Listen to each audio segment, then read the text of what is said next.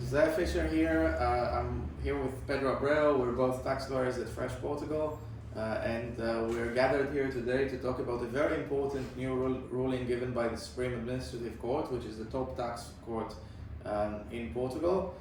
In essence, if you miss the deadline to apply for NHR, you're still entitled to NHR benefits. You should get NHR status. And yeah, Pedro, maybe the most important thing to say about this is that it's news from the court system, but this has been the legal position for a while. Precisely, Zach, especially when we are talking about the arbitration center in Portugal that deal with tax matters. Basically, they have the same ratio, the same argument and thoughts regarding the fact that even though you haven't met the deadline for application on the NHR, if you meet the requirements for the NHR, the legal requirements for the NHR, that's an acquired right. So basically, if you miss the deadline, that would just be a bureaucratical issue that relates to the fact that it needs to be published and regulated by the government, but it can stop you of having the benefits of the NHR. So I mean, it never made sense to us that if you are late to tick a box by a few days or even by one day, then you would miss such an important benefit that perhaps has been life-changing for you when you came to Portugal. And it's an important substantive right, and this has been the position of the administrative courts, of the arbitration courts. But the tax authority has taken a very harsh stance and essentially rejected all of these applications up until now. Exactly, Seth. And that's because they do recognize that the deadline creates the right in a certain sense, and if you haven't communicated that, they can change the status, and even if you dispute before the administrative instance, they will reject it. Yeah, it's been quite a mess until now, but we don't really anticipate them contacting all the people who have ever rejected and now changing it. I mean, that's not how Portugal works, is it?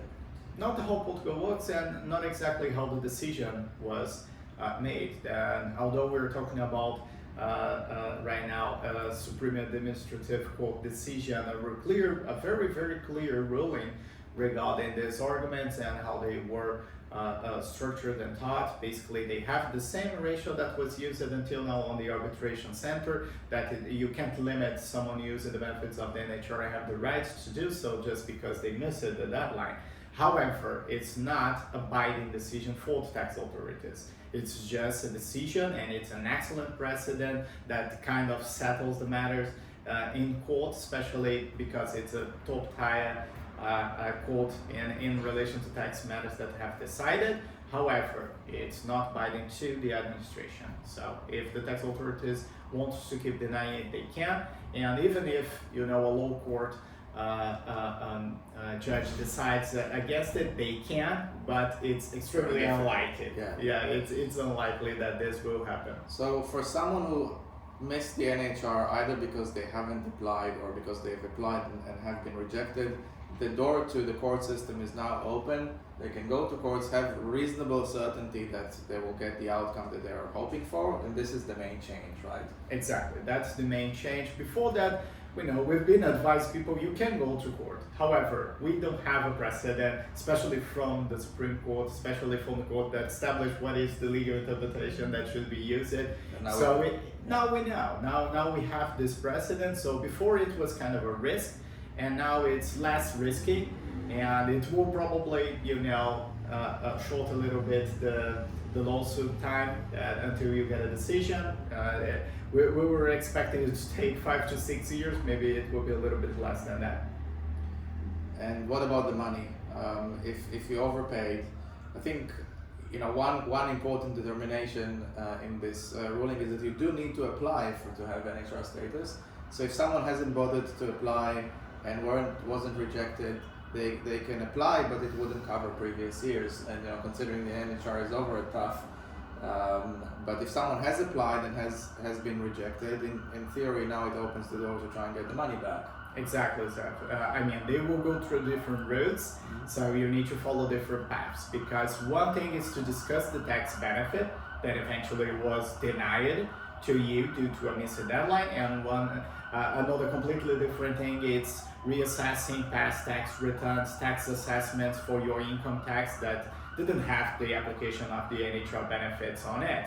However, it's possible to do both, but through separate paths. There will be two different procedures. You can even start the court procedure to get the NHR status while you go to arbitration to try to get the taxes that you have overpaid back. So just summarizing, up until now, the position of the arbitration courts has been that NHR denials are illegal, but arbitration courts are only have the power to change one tax assessment. They cannot grant NHR status. Now it's the top court or top tax court's position is the same, and the door is open for people to go to court and get their NHR status. And who knows? Let's hope that the tax authorities will change their policy following this decision, but there's obviously no guarantee.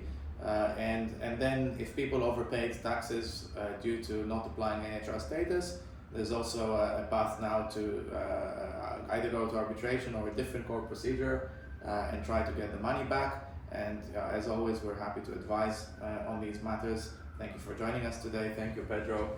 Pedro runs the litigation operation, so if you will talk to someone, we'll talk to him. Thanks for coming.